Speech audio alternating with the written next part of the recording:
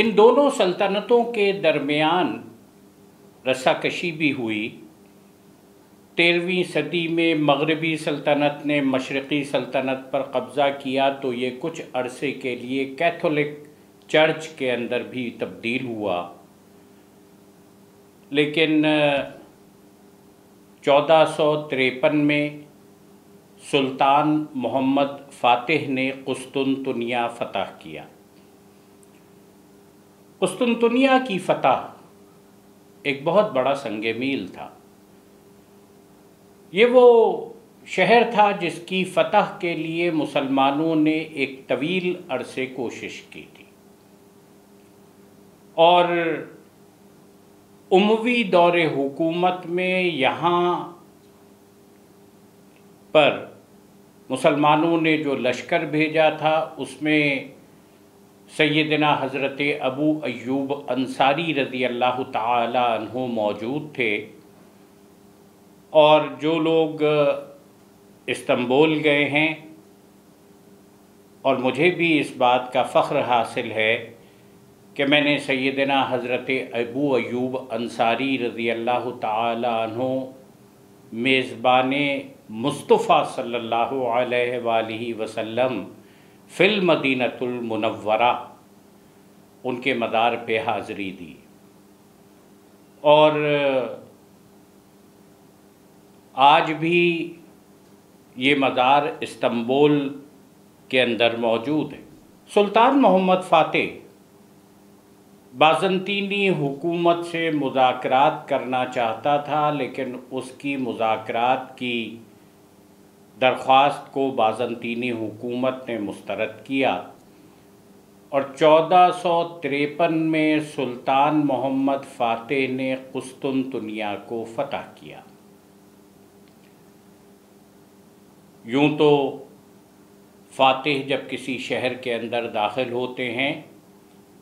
تو نہ کسی کی جان محفوظ ہوتی ہے، نہ کسی کی عزت، نہ کسی کی آبرو، اور نہ کسی کا مال، لیکن یہ بھی ایک تاریخی حقیقت ہے کہ سلطان محمد فاتح نے تمام مذہبی اکائیوں کو اس بات کی اجازت دی کہ وہ اپنی مذہبی رسومات پر عمل کر سکتے ہیں۔ کسی کا ناجائز خون نہیں بہایا گیا۔ قتل، غارت گری، ریپ جو آج کی دنیا کے اندر فاتحین کے ہتھ کنڈے ہوتے ہیں، اس سے مسلمانوں کی فوج نے بالکل گریز کیا۔ یہ ٹھیک ہے کہ اس وقت مسلمانوں کی کوئی عبادت گاہ شہر میں موجود نہیں تھی، تو انہوں نے یہ کہا کہ ہم جمعے کی نماز آیا صوفیہ میں ادا کریں گے۔ آیا صوفیہ کی زمین عیسائی راہبوں سے سلطان محمد فاتح نے خریدی، اور اس کو خریدنے کے تمام ڈاکیومنٹس، کاغذات آج بھی the general directorate of the real estate registry Ankara کے اندر موجود ہے۔ اس کی ایک copy museum of Turkish classification کے اندر آج بھی موجود ہے، اور مجھے آپ کی خدمت میں یہ بات بھی ساتھ میں عرض کرنی ہے کہ ویکیپیڈیا اردو کے اوپر اگر آپ آیا صوفیہ کی تفصیل پڑھیں گے تو ساری تفصیلات وہاں پر بھی موجود ہیں۔ یہ 1453 کے اندر زمین خرید کر چرچ کو مسجد کے اندر تبدیل کیا گیا،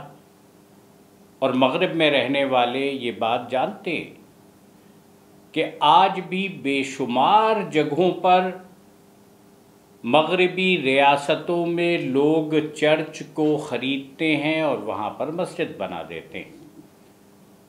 یہ مسجد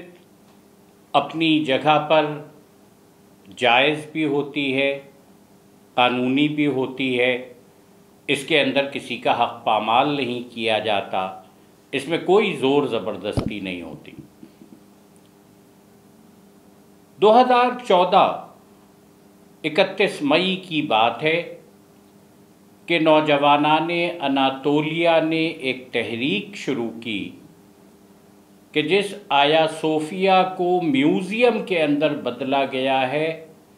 یہ ترکی کی شناخت کو تبدیل کرنے کی کوشش کی گئی، اور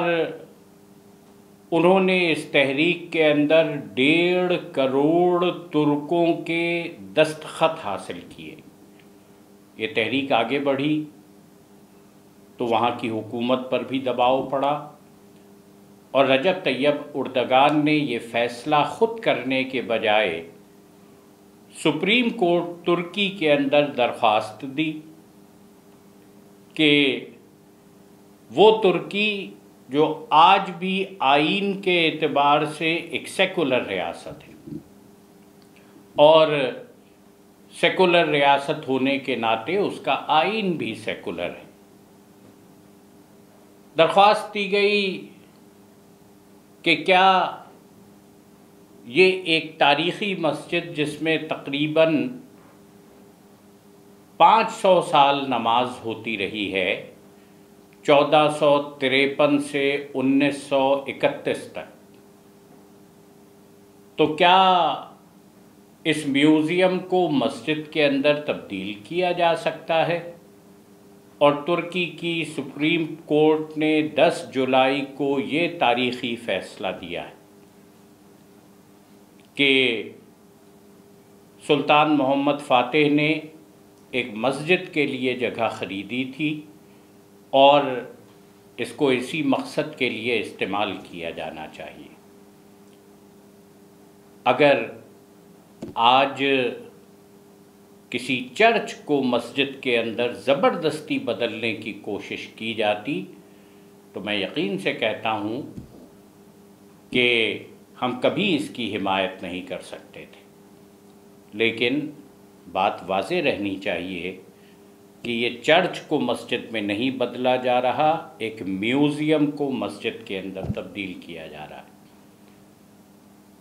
سپریم کورٹ کے فیصلے سے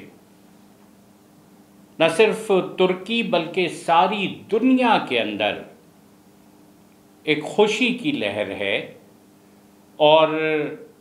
ساری اطلاعات یہ بتا رہی ہیں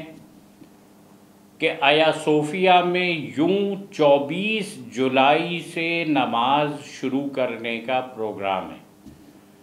لیکن جب وہاں سے اذان کی آواز بلند ہوئی ہے تو اذان کی روح پرور آواز لوگوں کے ایمان کو تازہ کر گئی ہے۔ لاکھوں نوجوان چاروں طرف سے پہنچے ہیں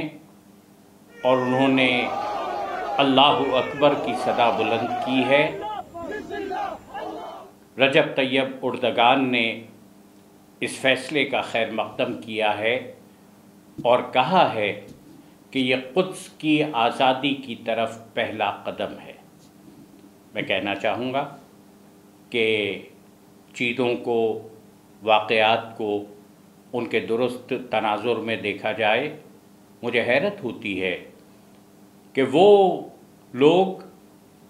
جو مسجد قرطبہ، اور وہ قرطبہ جس پر علامہ اقبال نے نظمیں بھی کہی ہیں اور بتایا ہے کہ یہ وہ عظیم الشان مسجد تھی جسے ایک چرچ کے اندر بدلا گیا، وہاں کوئی خرید و فروخت کا معاملہ نہیں ہوا، کوئی اس کو پلورلزم کے خلاف نہیں کہتا، کوئی اس کو مذہبی رواداری کے خلاف نہیں کہتا۔ بابری مسجد کے اوپر جس طرح حملہ کر کے اور ریاستی اقدامات کے ذریعے اب اس کو ایودھیا کا مندر بنایا جا رہا ہے، وہاں پر مذہبی رواداری کا قتل عام کیا گیا ہے۔ لیکن میں کہنا چاہوں گا کہ مسلمان اپنے نبی کی تعلیمات کے مطابق سارے مذاہب کا احترام کرتے ہیں، اور الحمدللہ اس فیصلے کے اوپر پورا پاکستان رجب طیب اردگان کے ساتھ کھڑا ہے، ترکی کی سپریم کورٹ کے ساتھ کھڑا ہے، اور ہم انسانیت کو جوڑنے والے ہیں، اقدار کا احترام کرنے والے ہیں، اور یہ سمجھتے ہیں کہ مذاہب کے اوپر عمل کر کے ہی انسانیت کو آگے بڑھایا جا سکتا ہے۔ اور آیا صوفیہ انشاءاللہ اس عظیم الشان ترکی کی جانب قدم بڑھانے کا ایک سلسلہ ہے جو خلافت عثمانیہ اور بالآخر مسلمانوں کے ایک عظیم الشان اتحاد کی جانب سفر ہوگا، اور انشاءاللہ اس کے ساتھ دنیا کے اندھیرے ختم ہوں گے، ظلم کا، اندھیروں کا خاتمہ ہوگا۔ بہت شکریہ۔